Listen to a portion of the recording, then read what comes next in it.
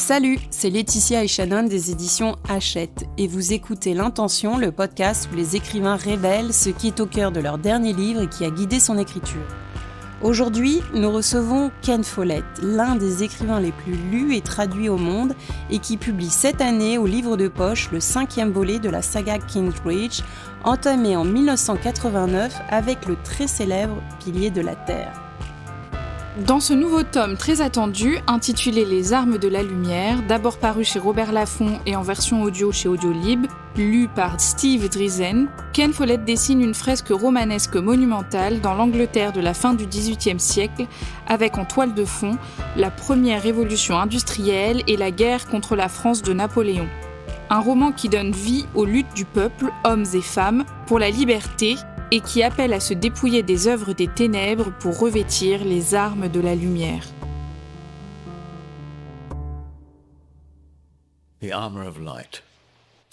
armes de la lumière. Au XVIIIe siècle, les ouvriers ont cherché à s'instruire. Ils étaient en conflit avec les patrons et se sentaient désavantagés parce que les patrons savaient lire et écrire et comprenaient la politique, alors que les ouvriers estimaient qu'ils n'en savaient pas assez. Ils ont donc créé des associations et des clubs pour apprendre à lire et à écrire et pour se former à la politique et à la philosophie et à la guerre. Et ils l'ont fait parce qu'ils pensaient que cela les protégerait de l'exploitation par les patrons. C'est donc leur arme. La connaissance est l'arme qui les protège contre les patrons, et la lumière est l'éducation.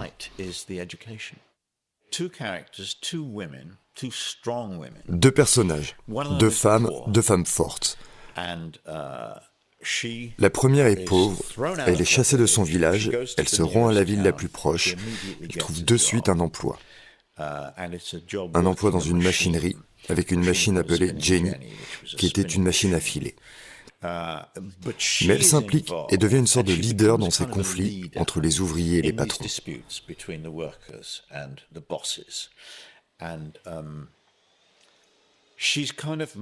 Elle est plutôt modérée. Son mari pense que s'ils détruisent les machines, tous auront un emploi dans la filature. Mais elle sait que ce n'est pas une bonne idée, que ça ne marche pas comme ça.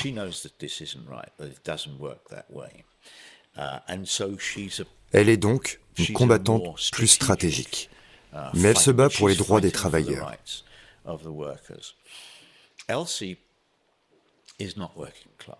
Elsie n'appartient pas à la classe ouvrière. C'est une fille de la haute société. Elle aide donc les gens des classes populaires comme bienfaitrice. Elle croit profondément en l'éducation des enfants pauvres et crée alors une école.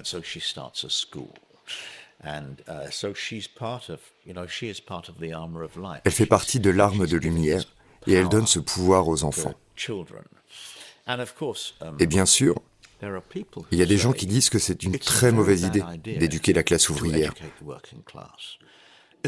Dès qu'ils seront éduqués, ils ne seront plus satisfaits de leur vie. Oui, bien sûr. Et c'est une sorte d'aveu, n'est-ce pas? Oui, bien, quand ils auront appris quelque chose, ils se rendront compte à quel point ils sont maltraités.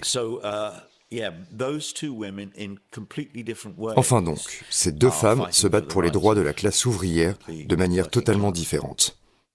Première intention, raconter les luttes de l'humanité en quête de liberté. Beaucoup de mes livres parlent de gens qui luttent pour la liberté, et c'est toujours une belle histoire. Et il s'agit de différents types de liberté. Dans une colonne de feu, par exemple, il est question de liberté religieuse. Dans La chute des géants, j'ai écrit sur les femmes qui cherchent à obtenir le droit de vote. Et dans tous les cas, le héros est l'opprimé. Les personnes sans pouvoir recherchent le pouvoir. Et c'est toujours une bonne histoire, parce que nous sympathisons avec l'opprimé et que nous voulons qu'il gagne.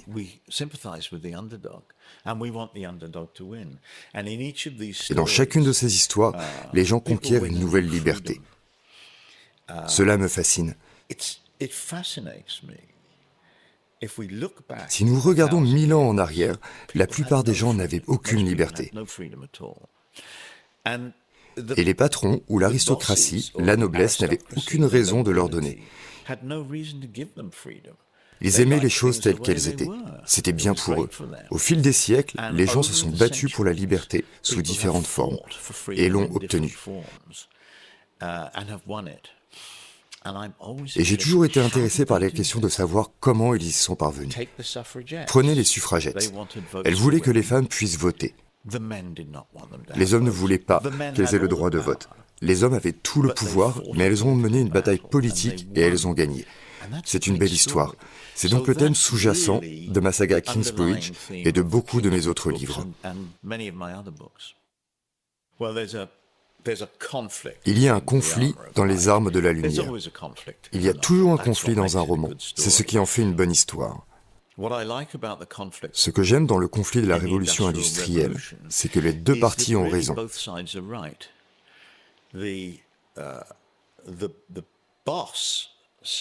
Le patron dit « Le prix du coton a baissé sur le marché international. Je ne peux donc pas vous payer cette semaine ce que je vous ai payé la semaine dernière. Car si je le faisais, je perdrais de l'argent. Cette semaine, votre salaire est donc inférieur de moitié à celui de la semaine dernière. Et il a raison, bien sûr, il ne peut pas faire d'affaires. S'il perd de l'argent, il fera bientôt faillite. Mais les travailleurs disent, avec autant d'argent, nous ne pouvons pas acheter de pain pour notre famille. Et bien sûr, ils ont raison aussi. Les deux parties ont raison. C'est un conflit très intéressant. Et la façon dont cela se résout nous intéresse. Bien entendu, nous compatissons surtout avec les travailleurs, mais nous comprenons la logique de ce que disaient les patrons, ce qui en fait un conflit très intéressant. Et c'est ce qui m'a attiré vers le XVIIIe siècle. Deuxième intention, rendre l'histoire vivante à travers les yeux du personnage.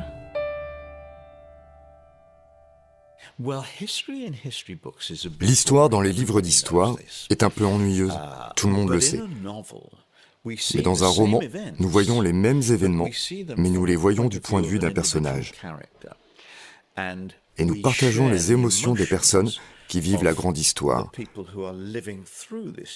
Par exemple, dans La chute des géants, j'ai écrit sur la Première Guerre mondiale. Et dans un livre d'histoire, on vous dit « Voici la bataille, elle s'est déroulée tel jour. D'un côté, il y avait 100 000 hommes, de l'autre côté, il y avait 150 000 hommes. Ceux-ci avaient des canons, ceux-là des fusils. Tout cela est très ennuyeux. Dans un roman, nous commençons avec un jeune homme, un soldat qui part au combat, et il va essayer de tuer des gens. Et les gens vont essayer de le tuer. Et il doit être plus ou moins effrayé. Il doit être très effrayé, ou bien juste un peu effrayé. Mais il y pense. Il réfléchit et se dit, est-ce que je vais tuer quelqu'un? Est-ce que quelqu'un va me tuer? Peut-être que j'aurais tellement peur que je m'enfuirais. Et alors, ce serait un déshonneur. Je serais un lâche. À présent, ce jeune homme nous a fait vivre toutes ses émotions et nous voulons savoir ce qu'il en est. Maintenant, nous sommes vraiment intéressés par cette bataille à cause de ce jeune homme. C'est là toute la différence entre un roman et un livre d'histoire. Je reçois souvent des messages de lecteurs qui me disent « J'aurais aimé avoir vos livres quand j'étudiais l'histoire à l'école, parce que l'histoire était tellement ennuyeuse à l'école, et dans vos livres, ce n'est pas ennuyeux. » Les armes de la lumière commencent en 1792. C'est juste après le début de la Révolution française.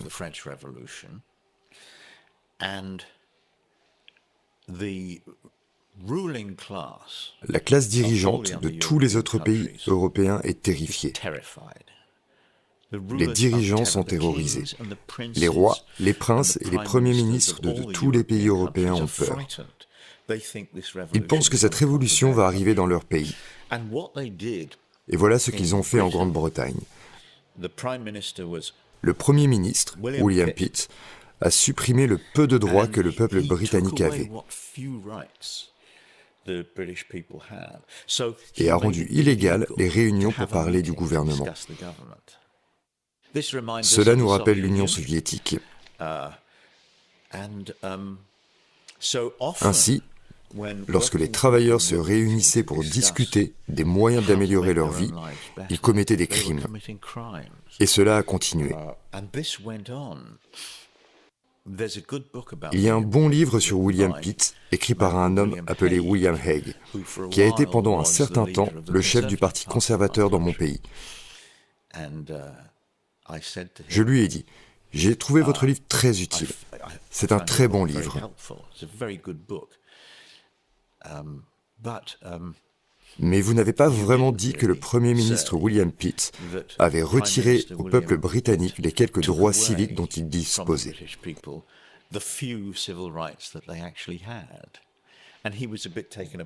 Cette question l'a un peu décontenancé. Vous savez, parce que j'ai été très poli. Et il a dit, « Ah, mais ce n'était que temporaire. » Eh bien, ces règles ont perduré 30 ans, donc ce n'était pas vraiment temporaire.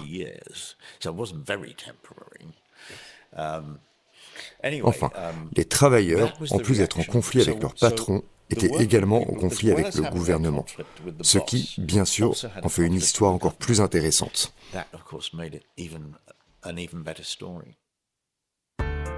Troisième intention, vivre l'histoire, de la recherche à l'expérience.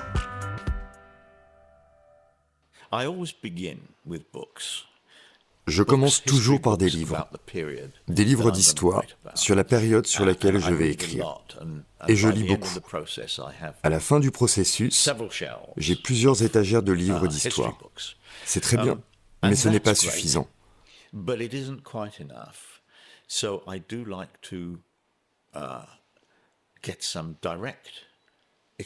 J'aime donc avoir une expérience directe, et dans le cas des armes de la lumière, il y a à Manchester, en Angleterre, une vieille usine. Une très grande usine qui employait des centaines de personnes à la fabrication du tissu de coton. J'ai donc pu voir l'environnement dans lequel mes personnages auraient travaillé. Ils avaient aussi ces grandes machines qui fonctionnent encore. Il y avait donc une machine pour filer le coton.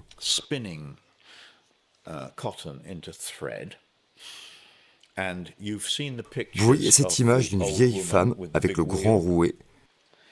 Elle introduit le coton et tourne le rouet lentement.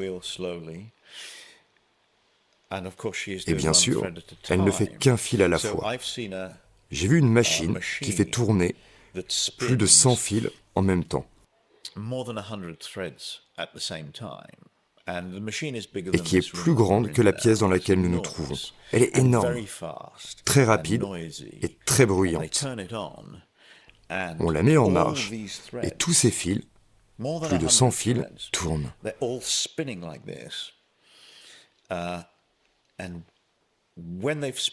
Une fois qu'ils ont tourné pendant quelques secondes, une énorme barre s'avance. Bang! Comme ça. Et ils tournent encore un peu plus.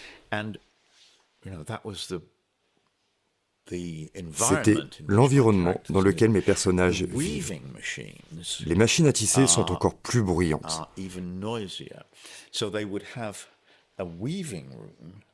Il y avait une salle de tissage avec peut-être 48 machines. Et ce sont des machines très bruyantes. Ils en ont allumé une pour moi, et ça fait bang, clang, bang, clang, bang, clang. Lorsqu'elles fonctionnaient toutes, le bruit devait être absolument assourdissant. En fait, c'était tellement bruyant que les gens ont développé une langue des signes pour se parler, parce qu'ils ne pouvaient pas s'entendre, et certains sont devenus sourds. Si une personne travaillait pendant 30 ans dans l'une de ces usines, elle serait sourde à la fin de sa vie. Pour moi, c'est bien mieux qu'un livre, car je peux créer l'atmosphère dans laquelle ces gens passaient leur journée. Et, vous savez, la révolution industrielle est une histoire de machines, aussi bien qu'une histoire de personnes.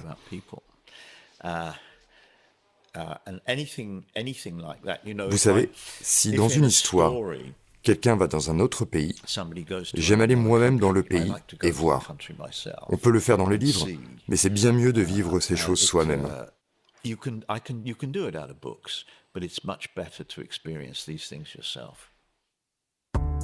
Conversation fictive. Et si vous passiez une journée dans l'univers de votre livre ? Si je pouvais passer une journée dans l'histoire des armes de la lumière, cette journée serait celle de la bataille de Waterloo, qui s'est déroulée le 15 juin 1850. L'une des plus grandes batailles de l'histoire.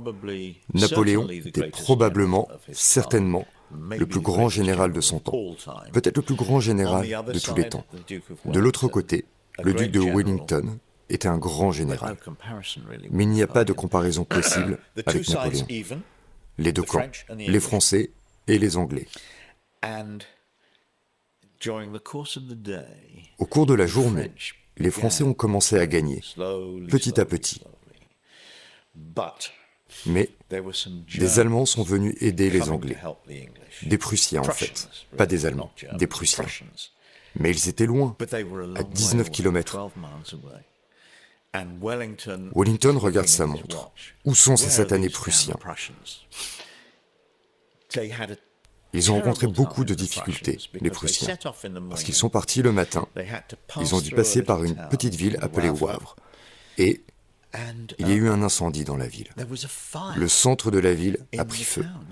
Il y a eu un incendie dans une boulangerie et ils ont dû rebrousser chemin.